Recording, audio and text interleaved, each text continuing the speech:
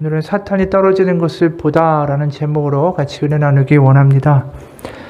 한 10년이 훨씬 넘은 것 같아요. 제가 고등학생들을 데리고 일본 오사카에 이 전도 여행을 간 적이 있었습니다.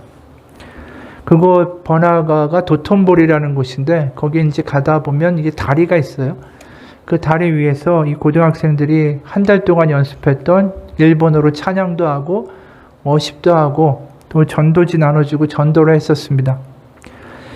그때가 8월 달이라 굉장히 더웠어요. 일본이 또 습도도 높고 태양볕이 얼마나 강한지 굉장히 힘든 그런 날씨였는데 이 고등학생들이 굉장히 열심히 전도하고 그랬습니다. 일본 사람들도 이 뭐하나 하고 호기심으로 쳐다보기도 하고 그렇게 고된 하루가 지나는데도 아이들의 얼굴 가운데는 굉장히 기쁨이 충만했어요. 그리고 얼마나 할 이야기들이 많은지 애들이 그러니까 밤에 잠도 안 자고 계속 이야기를 하는 통에 참 밤새면서 많은 이야기했던 기억들이 납니다. 아마 아이들이 해외에 나간 게 그게 난생 처음이었고 또 신앙 공동체로 자신들이 아는 복음을 전하는 그거 자체가 그들에게 참 기쁨이었을 거예요. 온전히 그 시간을 하나님께 드리면서 복음 전하고 하나가 되고 정말 뜨거운 경험이었죠.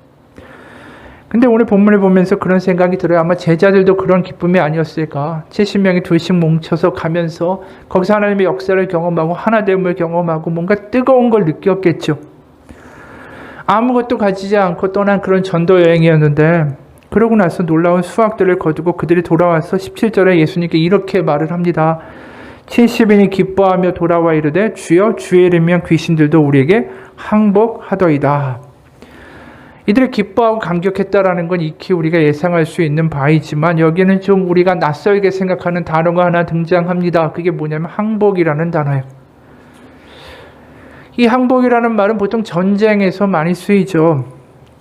그리고 실제로 오늘 우리가 읽은 본문의 다른 대목을 보아도 이 전쟁의 이미지가 숨겨져 있다라는 걸 우리가 알게 됩니다. 3절에 보면 갈지어다 내가 너희를 보냄이 어린 양을 이리 가운데로 보낸 것 같도다. 뭔가 양과 이리가 화평과 친근한 관계는 아니죠. 하나는 죽이려고 하고 하나는 또 도망가려고 하는 뭔가 다툼과 전쟁의 이미지. 그리고 본격적으로 18절과 20절을 보면 더 뚜렷이 드러납니다. 예수께서 이르시되 사탄이 하늘로부터 번개같이 떨어지는 것을 내가 보았노라. 내가 너에게 뱀과 정갈을 밟으며 원수의 모든 능력을 제어할 권능을 주었으니 너를 해칠 자가 결코 없으리라. 그러나 귀신들이 너에게 항복하는 것으로 기뻐하지 말고 너희 이름이 하늘에 기록된 것으로 기뻐하라 하시니라. 여기 원수, 권능, 제어, 또 항복 이런 단어들이 다 어떻게 보면 전투와 전쟁의 이미지를 드러내고 있는 것이죠. 그래서 우리가 이렇게 간단하게 보게 되면 이런 생각이 들어요. 전도라는 이 어떤 여행이, 지금 70인의 여행이 이 땅에서 보이는 게 다가 아니라 바로 하늘에서 일어나는 어떤 사탄과 영적인 싸움이구나라는 것을. 그게 이제 대표적으로 나타나는 게 바로 사탄이 하늘로부터 번개같이 떨어진다라는 표현이에요. 계시록 12장 7절과 8절을 보면 이런 대목이 나옵니다. 요한계시록 12장 7절 8절이에요. 하늘에 전쟁이 있으니 미가엘 천사죠. 그의 사자들이 용과 더불어, 용은 사탄을 의미합니다. 싸울새 용과 그의 사자들이 싸우나 이기지 못하여 다시 하늘에서 그들이 있을 곳을 얻지 못한지라. 그 하늘에서 전쟁이 있어서 사탄이 이 천사들과 싸우다 쫓겨나서 아래로 떨어졌다라고 이제 계시록에 나와 있어요. 바로 그런 맥락에서 오늘 이해할 수 있다라는 거죠. 사탄이 번개같이 하늘에서 떨어졌다. 그러니까 이 전도가 어떤 이런 영적 전투의 이미지가 있다라는 거예요. 영적 전투의 의미가 숨겨져 있다. 그럼 전도가 이 영적 전쟁이라고 한다면 우리는 어떻게 해야 될까? 기도하고 영적으로 무장하고 그리고 나아가서 외쳐야 되는 것일까? 그리고 세상의 악에 대하여 우리가 대적하고 우상을 쳐부수고 그들을 저주하는 게 우리의 전도의 모습이어야 할까? 며칠 전 이런 사건이 있었어요. 신문 기사를 한번 그대로 읽어보겠습니다. 부처님 오신 날인 19일 서울의 대표적인 불교 사찰인 조계사와 봉은사에서 잇따라 소동이 벌어졌다. 경찰 등에 따르면 이날 오전 10시쯤 서울 종로구 조계사 일주문 앞에 10여 명이 몰려들었다. 이들이 든 손팻말에는 오직 예수, 나를 믿는 자는 죽어도 살겠고라는 성경 구절이나 인간이 손으로 만든 탑도 불상도 모두 우상이란다 등의 문구가 적혀 있었다. 이들은 그 앞에서 찬송가를 부르고 하나님의 뜻을 전파하러 왔다 회개하라고 외쳤다. 당시 조계사 대웅전 앞마당에서는 봉축 법요식이 진행 중이었다. 조계사 관계자 등이 대응에 나서면서 양측 사이에 한때 몸싸움이 벌어지기도 했다. 신고를 받은 경찰이 출동해 이들을 해산했지만 10여 명은 산발적으로 흩어져 오후 2시를 넘겨서까지 약 5시간 동안 찬송가를 부르다 해산한 것으로 전해졌다. 조계사 측은 이날 행사에 방해가 될 수밖에 없는 행동을 했다라면서도 이들을 고발하지는 않았다라고 밝혔다. 여러분 어떻게 생각하세요? 선교가 또 전도가 이런 어떤 전투적인 모습이고 배타적인 모습이어야 할까? 아마 오늘 본문의 그 영적 전투라는 대목만을 본다면은 또 그렇게 행동할 수밖에 없겠죠. 부처는 우상이고 또 영적으로 악한 세력이고 그것을 꺾어버리는 게 전도고 선교다. 이 전도의 문제는 사실은 굉장히 중요한 문제죠. 그리고 그것이 과연 어떤 것을 의미하는가에 우리가 이해할 필요가 있습니다. 사실 기독교 자체가 선교 없이는 존재할 수 없는 본질적인 선교가 그 가운데 있는 종교이기 때문에 그래요. 사도행전을 보게 되면 우리가 사도 바울이 수많은 역경과 고난을 뚫고 뭘 합니까? 선교 여행을 가죠. 그리고 그 선교 여행을 통해서 곳곳에 교회들이 세워지고 그 교회들에게 보내는 편지들이 바로 우리가 보낸 신약 성경의 서신서가 된 거예요. 그뿐이 아니라 우리가 가만히 보면 하나님이 일을 하실 때 어떻게 하시냐면 누구를 택하여서 보내시는 그런 모습을 우리가 많이 보게 됩니다. 하나님이 모세를 택하셔서 모세를 보내셨고 아브라함을 택하셔서 또 아브라함을 보내셨어요. 내가 너에게 보여줄 땅으로 가라. 가나안으로 가라. 또 젖과 꿀이 흐르는 땅으로 가라. 바로 택하시고 보내시고 그렇게 선교하시는 게 하나님의 모습이에요. 우리가 구약의 예언자인 이사야를 봐도 이런 대목이 나옵니다. 이사야서 6장 8절을 보면 이렇게 말씀하세요. 하나님이 주께서 이르시되 내가 누구를 보내며 누가 우리를 위하여 갈꼬 하시니 그때 내가 이르되 내가 여기 있나이다 나를 보내소서. 그러니까 보내셔서 무언가를 전하게 하시는 게 바로 하나님이 하시는 일이시다라는 거죠. 그 궁극적인 결국 모습은 어디에 드러납니까? 바로 하나님의 독생자 예수 그리스도예요. 하나님이 예수 그리스도를 이 땅에 보내시고 하나님의 뜻을 그리고 하나님의 말씀을 우리 가운데 보여주시고 그리고 또 예수님이 부활하신 다음에는 제자들에게 어떤 이야기를 하시는지 아십니까? 그게 요한복음 20장 21절이에요. 요한복음 20장 21절을 보면 예수께서 또 이르시되 아버지께서 나를 보내신 것 같이 나도 너희를 보내노라. 보내신다고 또 말씀해요. 선교와 전도를 다시 말해서 보내시는 것을 빼고는 성경 자체가 내용이 성립이 되질 않는 거예요. 그런데 우리가 생각해 보면 이 선교와 전도라는 것이 영적 전쟁이라는 이미지와 의미를 담고 있다는 것이 아까처럼 막 절에 가서 땡깡을 피우고 외치는 배타적이고 또 세상의 악이라고 불리고 우상이라고 말하는 것에 대하여 막 저주하고 싸워나가는 모습만을 의미하지 않아요. 왜냐하면 선교와 전도라는 게 본질적으로 무엇인가를 오늘 본문이 잘 보여주기 때문이죠. 영적 전쟁이라는 의미를 넘어서서 결국은 우리가 70인이 어떻게 선교와 전도를 하고 있는가 그 과정과 모습을 보면 그들은 저주나 비판이 아니라 축복을 하고 있다는 걸 우리가 보게 됩니다. 그게 5절이에요. 어느 집에 들어가든지 먼저 말하되 이 집이 평안할지어다 하라. 그렇죠. 이건 축복입니다. 평안할지어다. 여기 나와 있는 평안이라는 단어는 샬롬이에요. 샬롬은 우리가 만드는 인간적인 화평이나 평강, 안식의 상태를 의미하는 게 아닙니다. 개인적인 차원의 어떤 평강과 복락이 아니라 하나님이 이 땅 가운데 이루시는 완전한 궁극적인 평화와 화해의 모습을 샬롬이라고 이야기해요. 그러니까 하나님이 이 땅에 있는 불의와 부정과 악을 뿌리 뽑으시고 하나님의 통치를 이루시는 궁극적인 평화의 모습이 바로 샬롬이에요. 그렇기 때문에 그 샬롬은 우리가 이루는 것이 아니라 궁극적으로 하나님이 이루시는 것이죠.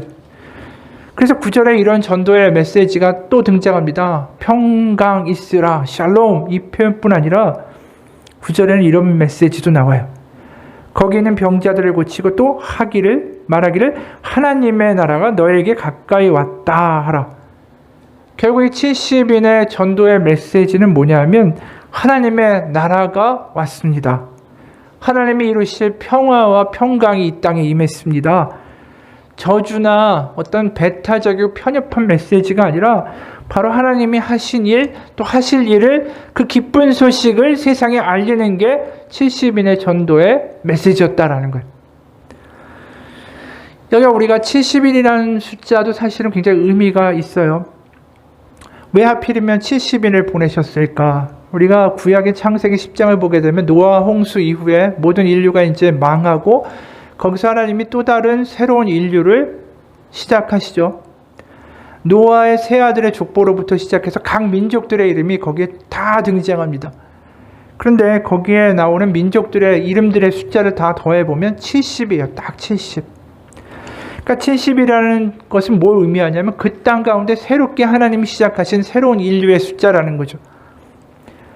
그런데 이 새로 다시 노아의 홍수 이후에 시작한 하나님의 인류의 역사가 바벨탑에서 또다시 비틀어지죠. 그리고 하나님은 아브라함을 택하시고 아브라함을 가나안으로 보내세요. 그러면서 무슨 말씀하시냐면 너는 너의 고향과 친척과 아버지의 집을 떠나 내가 너에게 보여줄 땅으로 가라. 내가 너로 큰 민족을 이루고 내게 복을 주어 내 이름을 창대하게 하리니 너를 축복하는 자에게는 내가 복을 주고 너를 저주하는 자에게는 내가 저주하리니 땅의 모든 족속이 너로 말미암아 복을 얻을 것이라 하신지라. 그러니까 아브라함을 택하여 보내실 때의 목표가 뭐냐면 땅의 모든 족속을 향하여 그를 택하신 거예요. 복의 근원이 되라고. 그런데 우리가 나중에 아브라함의 후손 창세기의 거의 후반부에 가보면 야곱이 등장하죠. 40장 그 이후를 가다 보면 야곱과 그의 식솔들이 가나안에 가뭄이 들어서 애굽으로 가야 되는 일이 벌어져요. 근데 애굽으로 갈 때 그 식솔의 숫자가 몇 명이었냐면 70명이다 라고 또 얘기해요. 그건 뭐냐면 하나님이 새로운 일을 행하시기에 시작한 70인이라는 숫자가 다시 여기에 등장한다라는 거예요. 바로 야곱의 일행이 애굽으로 가는 건 뭐냐면 열방의 복이 되기 위하여 바로 아브라함의 약속과 언약을 이루기 위하여 또 하나님의 새로운 일을 이루기 위하여 애굽으로 떠난다라는 걸 의미하는 거예요. 그래서 그 70명이 결국은 인구가 불어나서 한 민족이 되고 결국은 애굽을 탈출해서 출애굽을 하게 되죠. 그 출애굽이 가지는 이미지가 뭡니까? 악의 제국, 어둠의 땅, 노예의 땅, 포로의 땅, 눌린 땅에서 탈출해서 하나님이 인도하시는 가나안 적과 꿀이를 흐르는 하나님의 약속의 땅에서 하나님의 백성으로 하나님의 말씀을 듣고 하나님을 사랑하고 이웃을 사랑하는 그 백성으로 나라를 세우는 거죠. 결국 어디서부터 시작했습니까? 아브라함을 택하시고 결국 70인을 통하여 하나님이 그 일을 이루신 거예요. 결국 70인이다라는 숫자는 그게 뭘 의미합니까? 하나님의 새로운 시작을 의미하는 게 70이에요. 그럼 예수님이 이 70인을 택하셔서 뭘 하십니까? 바로 아까 말한 대로 악의 세력과 또 세상 가운데에 잡혀있는 사람들에게 새로운 출애굽의 소식을 전하기 위하여 자유를 선포하기 위하여 70명을 가지고 새로운 일을 시작하신 거예요. 그러니까 우리가 야곱의 70인은 출애굽을 의미했다면 예수님의 70인은 새로운 출애굽을 의미하는 거예요. 그래서 악의 세력부터 눌려있고 포로되고 갇혀있고 눈머리들을 자유케 하고 해방케 하는 하나님의 역사를 바로 이 70인을 통하여 각 마을에 선포하라고 보내신다라는 거예요. 그래서 우리가 보면 결국 이 선교라는 게 영적 전쟁이기도 하지만 궁극적으로 그 영적 전쟁은 우리가 하는 게 아니라 하나님이 이루실 거예요. 결국 하나님이 새로운 일을 하신다. 하나님이 악을 꺾으시고 하나님의 놀라운 일을, 놀라운 계획을, 하나님의 큰 그림을 이 땅 가운데 이루십니다. 하나님 일하고 계십니다. 하나님의 나라가 임합니다. 그것을 선포하는 기쁜 소식을 가지고 나간 거예요. 그러니까 우리가 오해를 하는데 영적 전쟁은 우리가 할 수 있는 수준이 아니에요. 우리가 매일매일 얼마나 약해요. 쓰러지고 또 얼마나 낙담도 잘하고 또 아쉬우면 거짓말하기도 하고 후회하기도 하고. 그러니까 우리가 그 전쟁에서 승리할 수 있는 능력과 깜냥이 되질 않아요. 악과의 전쟁은 우리가 하는 게 아니라 하나님이 하시는 거예요. 우리는 뭐냐면 하나님이 하신다라는 기쁜 소식을 전하는 게 우리의 몫이라는 거지. 창세기부터 요한계시록까지 우리가 보지만 하나님은 하나님의 일을 멈추시지 않습니다. 성경에 보면 아들을 보내시고 또 선포케 하시고 그렇게 해서 고치고 치유하고 다시 하나님의 백성으로 우리를 이끌어 가려는 하나님의 열심과 끈질김이 멈추질 않아요. 출애굽에서 그 사탄과 또 제국에 잡혔던 그 백성들을 다시 한번 예수님을 통하여 다시 한번 출애굽을 경험케 하시는 그 하나님의 사랑과 열심이 바로 선교의 내용이에요. 선교의 내용은 하나님이 우리를 사랑하시고 하나님이 일하시고 하나님이 이루실 것입니다. 우리는 그 하나님의 샬롬과 하나님의 나라를 외치고 다니는 게 선교고 전도라는 거예요. 오늘 본문을 보면서 우리는 그런 소망을 가지게 돼요. 왜냐하면 12제자나 70명이나 다 같은 그 수준이겠죠. 근데 보면 그 12제자들이 얼마나 엉망이었는가를 우리가 복음서를 보면서 보게 되기 때문이에요. 우리가 아는 것처럼 12제자들이 얼마나 싸웠습니까? 길바닥에서 싸웠어요. 예수님이 로마를 물리치고 제국을 물리치고 이제 하나님의 나라를 우리 유대 땅에 세우시면 내가 그 우편에 앉겠다. 내가 더 높은 데 앉겠다. 12제자들이 얼마나 싸웠는지 모릅니다. 예를 들어 누가복음 9장 46절을 보면 제자 중에서 누가 크냐는 변론이 일어나니 내가 더 높은 데 앉겠다라고 싸운 거예요. 또 야고보 요한이 몰래 예수님 찾아갑니다. 이제 왕국을 회복하시면 우리를 좌편과 우편에 앉게 해달라고 요청을 해요. 몰래. 그랬더니 마가복음 10장 41절에 나머지 10제자가 듣고 야고보와 요한에 대하여 화를 내거늘 네가 어떻게 거기 앉냐? 내가 너희들보다는 내가 더 공로가 큰데 아마 베드로가 더 화를 냈겠죠. 그래 누가복음 22장에 보면 또 싸워요. 24절 또 그들 사이에 그중 누가 크냐 하는 다툼이 난지라. 우리가 복음서를 보면서 보게 되는 건 그들이 거룩하고 훌륭하였다라는 게 아니라 그들은 한심했고 싸우기도 했고 서로 얼마나 더 높은지 다투기도 했던 우리와 같은 사람들이었다라는 걸 발견하게 되는 거예요. 우리나 제자들이나 다 부족하고 초라합니다. 우리가 그런데 어떻게 우리 스스로 영적 전쟁을 하면서 내가 싸워서 내가 다 감당하겠다라는 이야기를 하겠어요. 우리가 부족한데. 실제로 우리가 우리의 교회들을 보면서 얼마나 실망하는 사람들이 많이 있습니까? 가나안 성도라고 지금 많이 있잖아요. 가나안. 왜 가나안 성도인가? 떠돌아서 가나안이 아니라 가나안은 안 나가에 거꾸로 한 거예요. 나 교회 안 나가. 그걸 거꾸로 하면 가나안 안 나가. 결국 그 사람들이 왜 그렇겠어요? 교회에서 희망을 못 찾고 교회에서 세상과 똑같은 수준의 사람들 똑같은 수준으로 말하는 거 질투하고 질시하고 비방하고 이런 거 다 보니까 여기에서 무슨 가능성이 있겠는가? 그러기 때문이라는 거죠. 실제로 크리스 라인스라는 분이 은혜가 중요하다라는 책을 썼는데 여기 이런 말이 있어요. 공동체 안에 있을 때 비교의식이 얼마나 심해지는지는 나는 알고 있다. 바로 나에게 그런 경향이 있기 때문이다. 당신이 어떤 사람이든 남들보다 뒤처진다고 생각할 만큼 그런 조건들은 수없이 많을 수 있다. 원하는 것을 더 많이 얻는 사람, 더 좋은 고양이를 키우는 사람, 공부 잘하고 주목받는 자녀를 둔 사람, 의견을 내면 더 잘 수렴되는 사람, 당신보다 일찍 결혼 상대자를 찾은 사람 등등 수많은 사람들이 떠오른다. 불공평함이라는 괴물이 매일 저녁 식탁 주변을 서성이며 당신을 노려본다. 그토록 치열한 공동생활 속에서 비교와 질투는 위태롭게 분열을 일으키며 습관으로 우리에게 그렇게 자리 잡을 수 있다. 그렇죠. 교회 안에도 우리가 셀 모임하면서도 그렇대요. 누구는 굉장히 임용고시 보느냐고 고생하고 몇 년을 고생하고 힘들어하는데 그 교사가 된 사람이 앉아가지고 나 애들 때문에 힘들다 그 말 듣고 상처받아요. 그러니까 우리가 그렇게 약한 존재라는 거예요. 누가 그런 말 하더라고요. 우리가 정우성이나 이건희를 질투하는 게 아니라 바로 옆에 있는 내 이웃과 내 형제와 내 자매를 질투한다. 그렇죠. 멀리 있는 사람을 우리가 질투하는 게 아니에요. 나하고 가까이 있는 사람들을 질투하고 그러면서 시험에 들고 그런 모습들이 우리의 모습이라는 거죠. 그래서 교회에 실망했다, 상처받았다, 얼마나 많은 이야기가 있는지 몰라요. 영국의 유명한 문필가인 C.S. 루이스라는 사람이 스크루테이프의 편지라는 책을 썼어요. 이 내용은 뭐냐면 스크루테이프는 악마의 이름이에요. 악마의 이름. 근데 이 스크루테이프라는 악마가 아주 고참의 아주 노련한 악마고 거기에 이제 풋내기 신참 악마인 웜우드라는 악마가 나와요. 그럼 이 고참 악마가 신참 악마에게 어떻게 해야 인간을 유혹하고 쓰러뜨릴 수 있는가? 그 내용을 가리키는 내용이 바로 이 스크루테이프의 편지라는 책의 내용이에요. 그러니까 이 C.S. 루이스가 가상적으로 상상해서 쓴 거죠.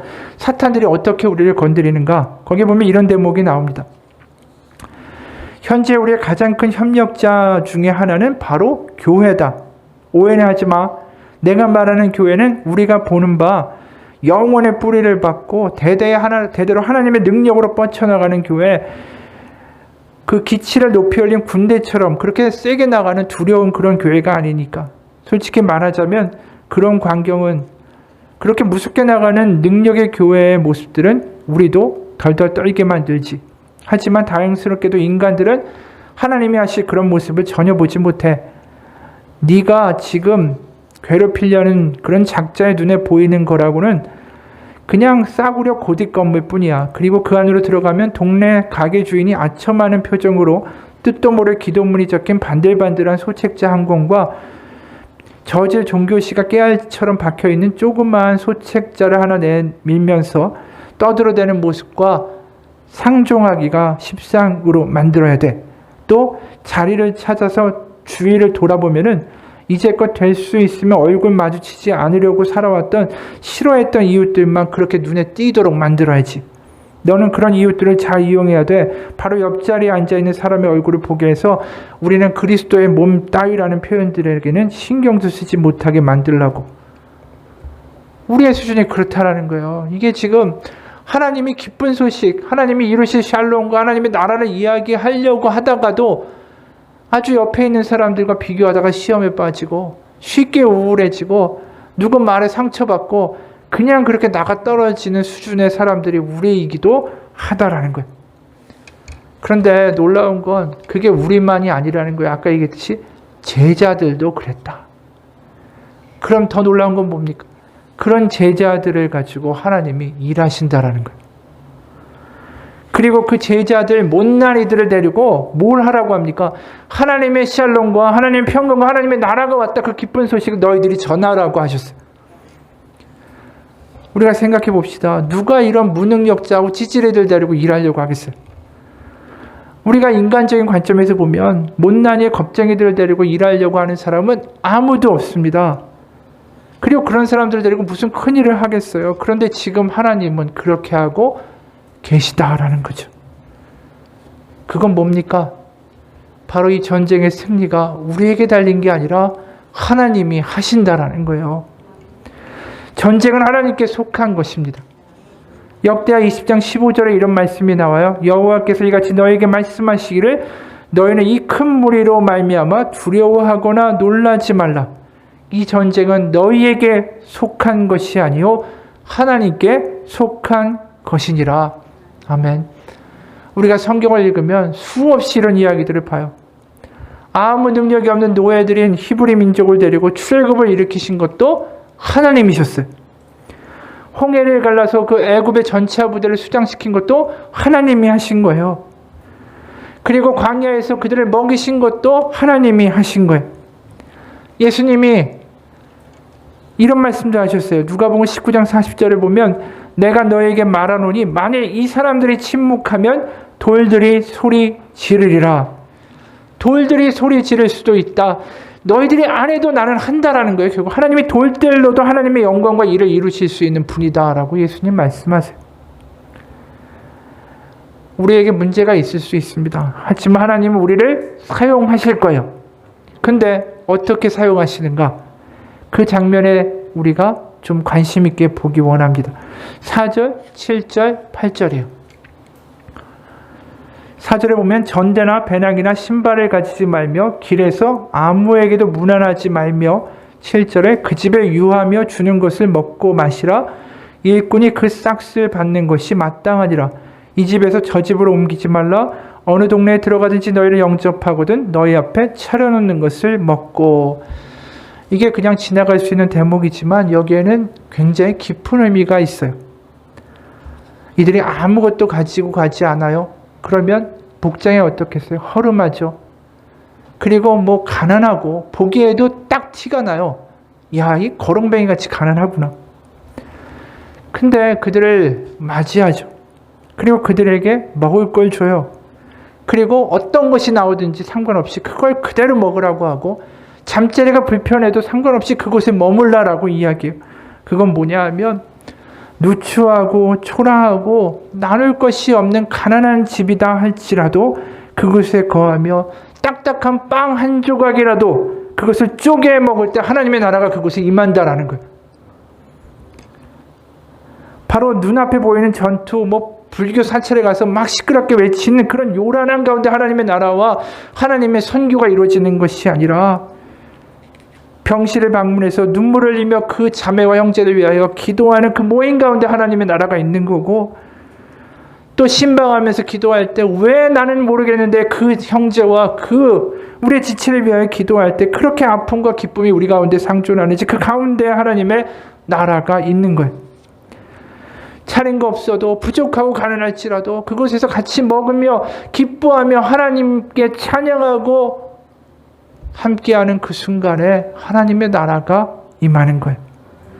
그곳에 새로운 하나님의 백성들이 시작되고 있다라는 겁니다. 바로 그 자리에서 사탄은 하늘에서 패퇴하여 떨어지고 있다. 디트리히 보네퍼 목사님이라는 독일의 순교자 목사님이 이런 말을 했어요. 형제 앞에서 자기의 연약함을 고백하는 사람은 자신이 그 형제와만 지금 함께 있는 것이 아니다라는 사실을 알고 있다. 왜냐하면 그는 다른 사람의 존재 가운데 그곳에 계신 하나님의 임재를 체험하기 때문이다. 교회 가운데 소망이 있는 건 다른 게 아니에요. 마음이 가난한 이들이 함께 모여서 주님을 같이 바라보고 두세 사람이라도 모여 하나님을 사모하고 하나님의 긍휼을 구할 때에 그곳에 임재하시는 하나님 때문에 교회는 희망이 있는 거예요. 우리가 돈 많고 큰 건물이 있어서 그곳에 희망과 소망이 있는 게 아니라 부족한 우리 가운데도 하나님 바라보고자 할 때에 그곳에 임재하신 하나님 때문에 교회는 소망이 있는 거죠. 바로 우리의 능력이 아닌 부모가 자녀를 불쌍히 여긴 같이 두세 사람이 모여 아버지를 부를 때 뛰어오시는 탕자의 아버지 때문에 교회는 소망이 있습니다. 그곳에 하나님의 나라가 있죠. 이 70인들 별 볼 일 없고 초라한 모습이에요. 그들을 맞이하는 가정 역시 커다란 대문과 위대한 가정을 가지고 있는 사람, 재산이 많은 사람들이 그런 걸뱅이들을 받아주겠어요? 다 먹을 거 없고 초라하고 별 볼 일 없지만 그곳에서 환대하고 같이 하나님 바라보는 곳에 아주 놀라운 말이 임하잖아요. 하나님의 샬롬이 여기 있습니다. 하나님의 나라가 여기 있습니다. 그게 선교고 전도예요. 우리가 힘들고 어려운 지체들을 찾아가서 위로하고 기도하고 하나님의 은혜를 구하고 하나님의 자비를 구하고 같이 하나님 바라보자고 이야기하는 그 순간이 바로 하나님이 보내신 거예요, 우리를. 그게 선교고 그게 전도입니다. 가서 우리는 뭘 해야 됩니까? 하나님의 샬롬과 하나님의 나라를 이야기해야죠. 우리의 공동체가 그런 모습이 되기 원합니다. 설사 우리가 부족하다 할지라도 우리 가운데 하나님 앞에서 같이 올 수 있는 사람이 있다면 우리에겐 희망이 있습니다. 최근에 제가 1년 후 내가 이 세상에 없다면 이라는 책을 봤어요. 거기에 이런 내용이 있었습니다. 일본 의사가 쓴 건데 백혈병에 걸린 30대 남자 혼다 쇼타 씨는 일반적인 화학요법으로는 병이 퍼지는 것을 막지 못하게 돼서 자신의 골수를 사멸시키고 다른 사람의 골수를 이식하는 조혈 모세포 이식을 받았다. 이식 치료에서는 면역 억제제를 사용하는데 다른 사람의 골수가 만든 면역 세포가 자신의 세포를 공격하지 않도록 하기 위해서이다. 그래서 면역력이 다 떨어지게 되는데 이때 혼다 씨는 감염증이 심해져서 하마터면 목숨을 잃을 뻔한 위험에 처하기도 했다. 다행히 잘 완치되어 혼다 씨는 지금 건강하게 지낸다. 퇴원해서 어느 날 길을 걷던 혼다 씨는 몸이 불편한 장애인을 보고 그들을 향한 자신의 시선이 병에 걸리기 전과 확연히 달라졌음을 깨달았다. 예전에는 다리가 없는 사람을 보면 이질적인 존재라고 느꼈어요. 다른 세계의 사람처럼 보였고 그 사람들의 마음이 어떨지 상상해 본 적도 없어요. 하지만 지금은 다릅니다. 저 사람도 뭔가 큰일을 겪었겠구나. 저 사람도 어려움 속에서 열심히 하루하루를 살고 있겠구나. 그렇게 생각합니다. 이식 치료를 받고 난 뒤에 저도 예전에 가능했던 일들이 여러 불가능해졌거든요. 그래서 지하철역에 가면 이 역은 턱이 많아서 힘들겠다. 계단 때문에 참 불편하겠다. 이런 식으로 당사자의 마음이 상상이 돼요. 장애인뿐 아니라 길을 가다 어려움을 겪는 사람들을 보면 그냥 지나치지 못해요. 어떻게든 도움을 주고 싶어요. 혼다 씨만 이런 게 아니다. 많은 사람이 병을 겪은 이후 다른 사람의 고통에 공감하는 마음이 생겼다라고 말한다. 병에 걸리기 전에는 누군가 병으로 고생한 이야기를 들어도 힘들었겠네 하면서 그냥 뻔한 위로만 건네는 정도였어요. 진정한 의미에서 타인의 고통이 뭔지 전혀 몰랐어요. 병에 걸리기 전에는 세상에 건강한 사람과 장애가 있는 사람 두 종류의 사람만 있고 자신은 언제까지나 건강한 사람 속에 속할 거라고 생각했을지도 모른다. 그러나 병에 걸리면 우리는 모두 언제 무슨 일이 생길지 모르는 세상에 살고 있다라는 생각이 들면서 건강한 사람, 장애가 있는 사람이라는 구별이 사라진다. 이 이야기가 뭡니까? 병에 걸려본 사람들은 누구나 다 병에 걸릴 수 있고 누구나 다 약해질 수 있고 누구나 다 하나님 가운데 별 내세울 게 없는 사람이라는 걸 알게 되는 거예요. 죽음 앞에서 아무것도 아니라는 걸 알게 되는 거죠. 우리가 그 연약함을 아는 사람들이에요. 우리가 하나님 앞에 십자가 앞에 나오는 사람들은 자신들이 얼마나 연약한 존재인지를 고백하는 사람들이 나와서 예수를 믿는 거예요. 우린 다 죄인입니다. 우린 연약합니다. 내 힘으로 할 수 없습니다. 그 고백이 바로 십자가에서 드리는 우리의 고백이라는 거죠. 그 고백을 가지고 가는 사람들은 세상의 아픔과 세상에 못났다고 하는 사람들과 힘들다고 하는 이들을 배관시하는 게 아니라 그들 가운데 하나님을 보자라고 말할 수 있는 사람들이 되는 것이죠. 그래서 우리의 아픔을 우리가 상처 입은 치유자로 그들과 함께 같이 나아가 하나님 앞에 나아가 같이 하나님의 샬롬을 맛보자고 이야기할 수 있는 사람들이 되는 것입니다. 그게 우리가 예수님을 믿는 이유예요. 근사한 성전과 웅장한 교회 예배당에 하나님의 임재가 있는 게 아닙니다. 같이 아픈 곳을 싸매고 하나님 아버지 안에 그 아픔과 어려움과 기쁨을 공유하며 두세 사람이 모여 하나님께 기도하는 것, 그곳에 하나님의 나라가 있는 거예요. 그게 복음이고 그것이 세상에 나아가 우리가 외칠 선교의 메시지입니다. 그렇기 때문에 하나님 안에서 약한 사람이 더 많은 사람들을 치유할 수 있어요. 우리의 과거의 아픔이 아픔으로 끝나지 않습니다.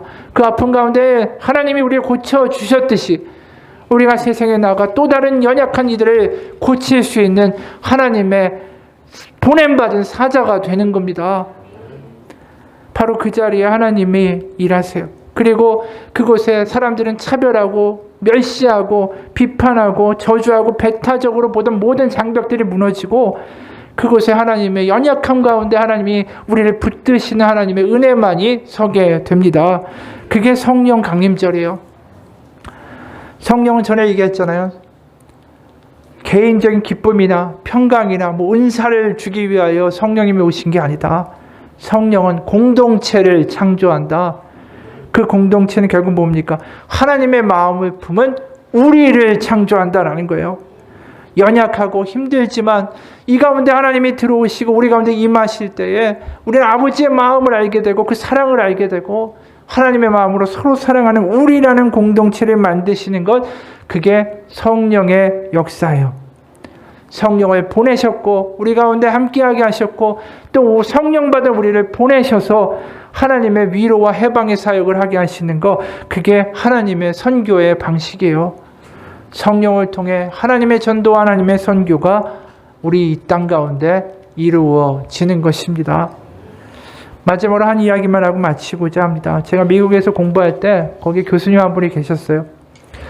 그분이 교도소 감옥에 가서 재수자들한테 성경 공부를 시키셨는데, 미국의 교도소 하면 우리가 영화에서 봤듯이 굉장히 살벌하고 무섭잖아요. 막 등치들도 이렇고. 그래서 실제로 거기에 가보면은 아주 지켜야 할 그 규율들이 아주 긴 리스트로 벽에 붙어 있대요. 그래서 이제 이분이 간 곳은 여성 교도소였는데, 그런 규율들이 딱 붙어 있고 그것을 어길 시에는 독방에 간다든가 아주 엄격한 제재가 따랐습니다. 근데 그분이 그걸 보니까 그 많은 리스트 중에 상당 부분이 일상적인 인간의 행동들을 다 제약하는 거였어요. 예를 들어서 하지 말아야 할 것들이 이런 거라는 거예요. 친구를 사귀지 말라, 남을 돕지 말라, 개인적인 사적 대화를 하지 말라. 이런 것들이 다 금지 리스트에 들어있었던 겁니다. 그래서 이 교수님이 이제 여러 번에 걸친 성경 공부를 다 이제 마치고 거의 이제 마무리할 때쯤 됐을 때, 거기에 이제 10년 동안의 복역 기간을 마치고 이제 출소를 앞둔 한 재수자가 있었어요. 이분이 원래부터 크리스찬이었는데, 그래서 이 교수님이 교도소에다가 부탁을 한 겁니다. 이 여자분이 이 신학교, 교수님이 가르치는 신학교에 그 학기마다 종강 예배가 있어요. 종강 예배 드리고 성찬식을 하는데 거기에 참석할 수 있게 해달라. 예배를 정말 드릴 수 있게, 성찬식을 할 수 있게 해달라 부탁을 했더니, 이분이 이제 출소를 앞두고 있기 때문에 그게 허가가 됐고, 간수한 분도 내가 기꺼이 같이 가겠다라고 해서 그 호송차를 같이 타고 학교를 가게 됐습니다. 이것도 사실 은혜죠. 그런데 더 놀라운 건 뭐냐면, 이 재소자 이 여성분이 신학교 성찬식에서 떡과 잔을 나눠주는 분병 분잔을 담당하는 사람이 됐어요. 300명의 신학생들이 모여서 큰 죄에 빠진 날 위해 주 보혈 흘려주시고라는 이 찬양을 부르고 있는데, 이게 자기 얘기 같은 거죠. 이 재수자인 이 여자분이 눈물이 가득 고였어요. 그리고 이제 떡을 나눠주는 시간이 됐습니다. 그러면서 이분이 떡을 하나하나 나눠주는데, 죄수인 이 여자분이 간수한테도 주님의 몸인 떡을 나눠주는 거예요. 그 순간에 그 뭐 근사하거나 휘황찬란하거나 9시 뉴스에 나올 만한 뭐 놀라운 일이 있는 게 아니죠. 그러나 그 자리에 이 교수님이 얘기하는 거예요. 하나님의 나라가 임하고 있었다. 재수자인 그녀가 간수에게 떡을 주고 신학생에게 떡을 나누며 우리가 그리스도의 한 몸이라고 이야기하는 그 순간에 이분이 이런 얘기예요. 저는 그동안 감옥이나 교회나 어디서도 보지 못한 하나의 놀라운 하나님의 가능성을 보았습니다. 그것은 바로 하나님이 우리 삶에 뛰어들어오신 그 하나님이 결국 우리 가운데 이루시고자 하는 것입니다. 바로 벽을 무너뜨리고 악이 무너지고 하나님의 자녀로 다 하나 되는 하나님의 세상, 하나님의 궁극적인 승리, 악의 세력에 대한 하나님의 승리 말입니다. 오늘 본문에 나와 있는 사탄이 하늘에서 떨어지는 것을 보았다. 이건 다른 게 아니에요. 우리가 하나님을 아는 자로, 연약하지만 하나님을 기억하는 자로 같이 하나님을 부를 때 그곳에 하나님의 나라가 임하고요, 그곳에 사탄이 하늘로부터 떨어지는 역사가 있게 됩니다. 오늘 성령 강림절을 맞이해서 우리가 하나님의 마음을 경험하기 원합니다. 그리고 교회가 무엇인지 기억하기 원하고, 하나님이 이 땅 가운데 선교하고 알리고 전하려는 메시지가 무엇인지 우리가 먼저 경험하고 또 그것을 선언하는 사람 되기 원합니다. 낙담하고 힘든 상황에 있다면 다시 한번 기억하기 원해요. 하나님이 이 땅에 오신 이유는 하나님의 평강과 하나님의 나라가 이곳에 있다는 것을 우리에게 알려주시기 위해서입니다. 그것을 경험하는 삶을 사시기 원합니다. 하나님의 나라, 하나님의 평강을 경험하는 삶, 세상에가 와보라라고 말할 수 있는 우리의 삶이 되기를 주님의 이름으로 축원합니다. 기도하겠습니다. 하나님 아버지, 우리의 삶이 세상 가운데 허덕거리고 때로는 연약하고 비교하고 질투하고 낙담하는 삶이다 할지라도 하나님은 그런 우리를 사용하여 하나님의 나라를 이루실 것입니다. 우리가 부족하고 연약하고 못나 있지만 그 가운데 서로 같이 기도하며 그래도 하나님 바라보고 하나님이 이기시고 하나님이 하실 것이다라는 그 믿음 가운데 모여 기도할 때에 하나님은 하나님의 일을 이루실 것입니다. 우리가 연약함이 문제가 아닙니다. 하나님을 바라보며 같이 나아가지 못하는 것이 문제입니다. 우리가 이 시간 하나님 앞에 나아가기 원합니다.